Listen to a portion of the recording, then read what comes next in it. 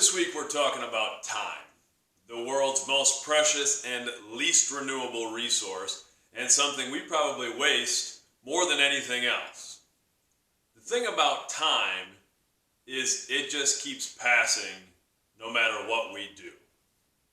Any minute, any hour, any day, once it's gone, is gone forever. We never get this day, we never get this moment ever again. And that can work to our advantage or it can work to our disadvantage. Time can be our best friend or it can be our worst enemy. If we do little things over and over and over again, time is going to compound those things and it's going to build because that time is just going to keep going by. On the flip side, if we push something off, if we don't take care of something we want to do or want to accomplish, that time compounds the other way and it just becomes a bigger and bigger gap between where we are and where we want to be. So in class this week, we're going to talk about a lot of different time management strategies. We're going to talk about things that have been identified that successful people do to manage and use their time. And this video doesn't really have time to go over all the different research and stuff that has been put into time management and some of the things we're going to talk about in class, but we're going to look at some of those things. And I think it's important to decide what time management strategies work best for us. I know I do a lot of different things to try to manage my time. Some of them are simple, a lot of people do. I have a whiteboard calendar on my fridge. I have another whiteboard on the wall right next to my fridge that's right by the door that I walk out of when I leave the house every day. And it's got 2 weeks planned out at a time. And then when I finish a week, I just put the next week up there. And it's got notes on every day, things that I have to do, activities after school, different things that my kids have going on, their activities. And then I'll also put notes on there and things that I want to accomplish, things I want to get done. And that's something I look at when I leave the house every day. Sometimes I'll even snap a picture of it with my phone so that during the day as I'm doing things, I can refer to that and be like, oh yeah, that's what I had written down. I want to get that done. Or that's something that I have on maybe my list of things that I have to accomplish at some point. They're kind of on the horizon types of things. So if I have a free moment, maybe that's something I can focus on. I'm not wasting my time there. Those are fairly common things. You know, other things just like getting up early and taking care of some things you want to get done at the beginning of the day when you're awake and have energy and your attention's not drawn to other areas. All of those things are great, but I think it's important that we find the things that work specifically for us too. For me, for instance, I like to work out, exercise, and I try to find ways to be efficient with that time as well. One of the best things, best investments I've ever made, best purchases I've ever made was weight room equipment for my house, a squat rack and bumper plates and different things like that. And I have it in my basement at my house, so I don't waste time going to a gym. I have that stuff right here, so if I have either early in the morning or later in the evening or whenever I schedule that time in my day, I can get a workout in and I can also do some other things. Now some people like to, if they're working out, just focus on the workout, where I might be lifting and I might have my laptop sitting on a table across the room where I might get a set of a lift in and then walk over, maybe type a few things if I'm revising something that I've written or something like that, something where I maybe don't need to be completely locked in writing, but I can kind of go back and forth and I can brainstorm a little bit while I'm working. I try to do that with a lot of things. I try to be as efficient as possible. I try to focus on one of my fitness areas of focus right now is yoga and flexibility and some of those things. So if I'm doing a yoga workout, sometimes I'm doing a specific workout, following along with something. Other times, I'm just stretching out, going through a yoga routine at the end of the day, and maybe that's my half hour to watch TV that day too. Maybe I'll put something on TV, I'm stretching out, and that way I feel like I'm getting something out of that time where I'm also relaxing a little bit and maybe watching something that I enjoy. I'll do the same thing when I'm brainstorming ideas for something that I'm writing or some creative endeavor.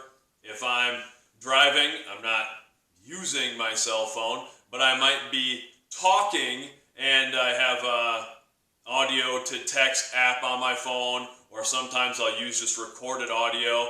I'll do that maybe if I'm driving and it's just myself and I just have that on and I'm talking, or if I'm doing some other activity around the house, maybe my phone is just on and I'm talking and it's picking up little notes as I sort of brainstorm ideas, and then some of those things are there that I can sort through and elaborate on later. Now, I want us this week to look at some time management things that you can do in your own life. And I think it's important to understand how valuable our time really is. And whatever that means to you. For some people that means putting a dollar amount value on their time. What is your time really worth? For me, I try to think of it as life. As my time is my life, and I don't know how much life I have. All I do know is that whether I live to be 50 or 100, in the grand scheme of the universe, that's not a real long time. So it's important for me to get to work, to get about doing the things that I want to do, to try to accomplish the things I want to accomplish in whatever finite amount of time I have. So when I find myself wasting time, and I do it the same as anyone else. When I find myself just drifting off, going through the internet, whatever it might be, I try to snap myself back and remind myself that the minutes I'm wasting are minutes of my life, and I don't know how many of them I have. I think for me, time is the one area it's okay to be a little selfish about. I try to be selfless with everything else that I do in my life, but I try to be a little selfish with my time because it's something I know I'm not going to get back. And it's important to me to spend it in ways that I think are valuable. So that's something I want us to think about too, is how much is your time really worth? And on the flip side of that, being selfish with our time, because time is so valuable, I think one of the greatest gifts we can give someone else is sharing our time. Now, I'll fully admit sometimes I know I've probably strained friendships and relationships I've had by the way I try to manage my time, by the way that I am selfish with my time at different periods, because maybe I'm working on something, maybe I'm writing something, maybe I have some project going on, so I'm not going to answer my phone. That's something I try to throw in a desk drawer. When I'm with my kids, I don't have my phone. If I'm with somebody else, I try to leave my phone in my vehicle. I don't want that distraction. My phone's always on Do Not Disturb. It's not even on vibrate, because I don't want that distraction. Now, I know sometimes that can be difficult in different interactions that I've had, but I think on the flip side of that, it's such a gift to share your time with someone else. So when I am interacting with someone, when I am face-to-face with someone, I try to give them my full attention.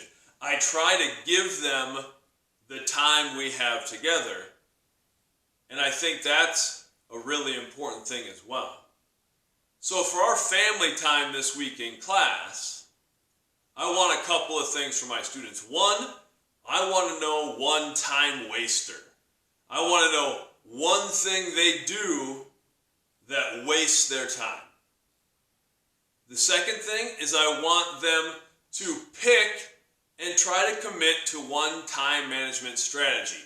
One of the things that we discuss in class, that's an established time management strategy, or one of their own that they think will work for them.